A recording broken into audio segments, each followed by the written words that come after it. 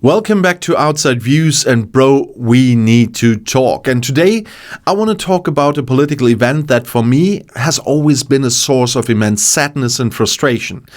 And once again, we need to talk about Brexit and the fact that it has now been more than 5 years since the United Kingdom formally left the European Union. For 5 long years, the proponents of this monumental decision have been telling us that Brexit will be the biggest success. They have pointed to the fact that the economy didn't immediately collapse and they have clung to the idea that global Britain would emerge. But in my personal view, and many of you will know that, the verdict is now in, and it's a damning one. Brexit was a historic mistake, and the 2 core promises made to the British people have been revealed to be a complete and utter fraud. The first promise was the idea of global Britain that would thrive outside the EU single market. And the reports I've seen paint a very different picture.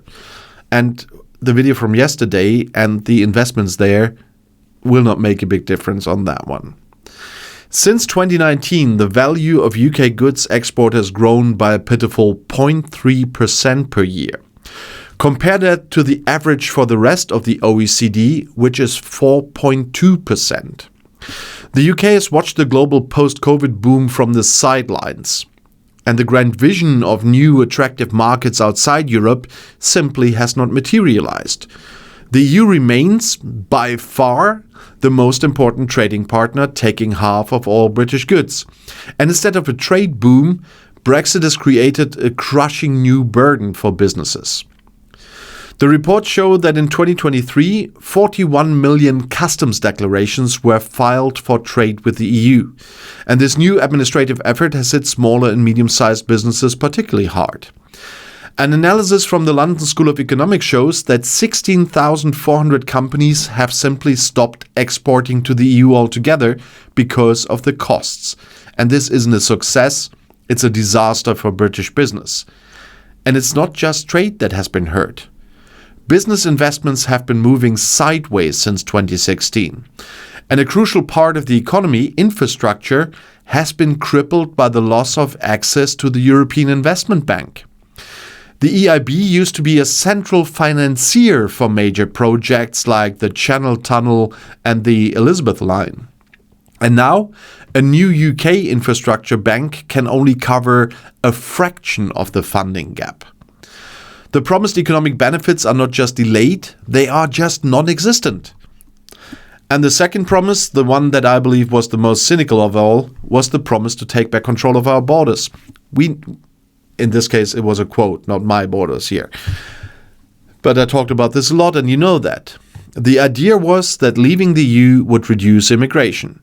And the reality has been a cruel and ironic twist. While net migration from the EU is now negative, overall immigration has skyrocketed. In the year leading up to mid-2023, over 900,000 immigrants came to the UK. Before Brexit, the numbers were between 200 and 300,000.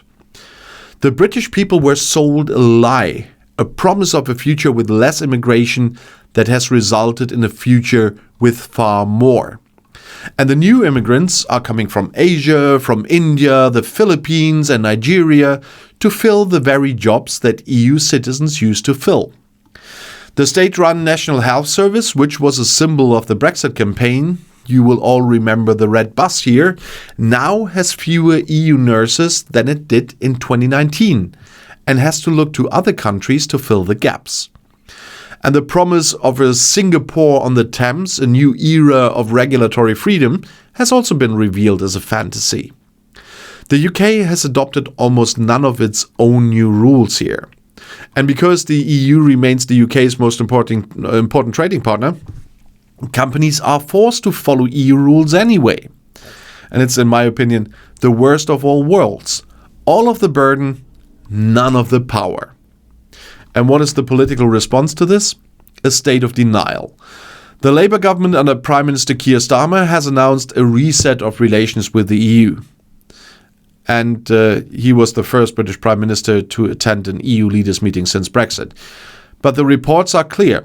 the government is still ruling out any chance of rejoining the single market or the customs union, which would be close to impossible anyway, but the very things that caused the problems in the first place.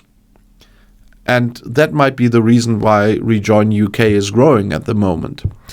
Although rejoining is not as easy as they put it out on X and wherever I see them. The EU itself, on the other hand, is largely content with the current trade agreement. Its only real wish is for a youth mobility program, a simple program that will let young people move freely between the UK and the EU. But the UK regularly rejected this as a backdoor to free movement, and that the whole thing is still not cleared, although there were some positive signs, but then there was a lot of quiet. We will see how that will end up. But the political will to fix this monumental error is simply not there. And that's why they treated Trump, for example, like the King of Kings, because they at least could get some investment out of him. But for me, the most important part of the entire story is the British people themselves. After 5 years of living with the consequences, their opinion has shifted dramatically. And the reports show that a clear majority, with 58% at least, now believe that Brexit was a mistake. And a significant majority, with 55%, want a closer relationship with the EU. They have seen the reality and they have rejected the lies.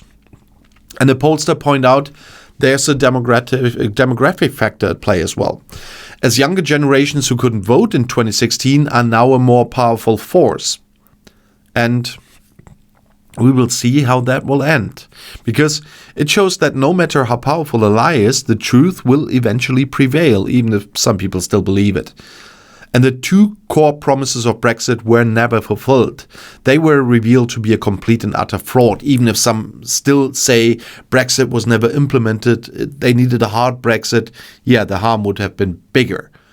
Brexit already was an act of national self-harm, and that's a cautionary tale for the rest of the world. And more people in the UK do say that the only true path forward is not a reset, but a reversal. But I have to caution you here as well, because I will not work with lies on that one.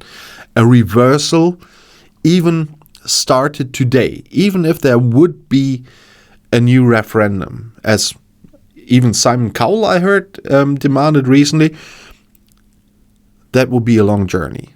I have made videos, if you haven't seen them, on all that is bound to joining the EU again. It would never be rejoining. So rejoin is kind of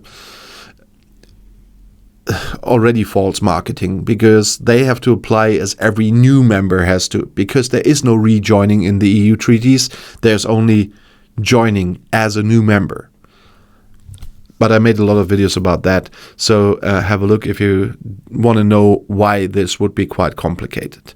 But thanks for joining me today on Outside Views, and let me know what you think about everything, and especially what the UK should do in the future. And if you want to see another video right now, the next one is right here in the end screen. I'll see you there. I'll be back.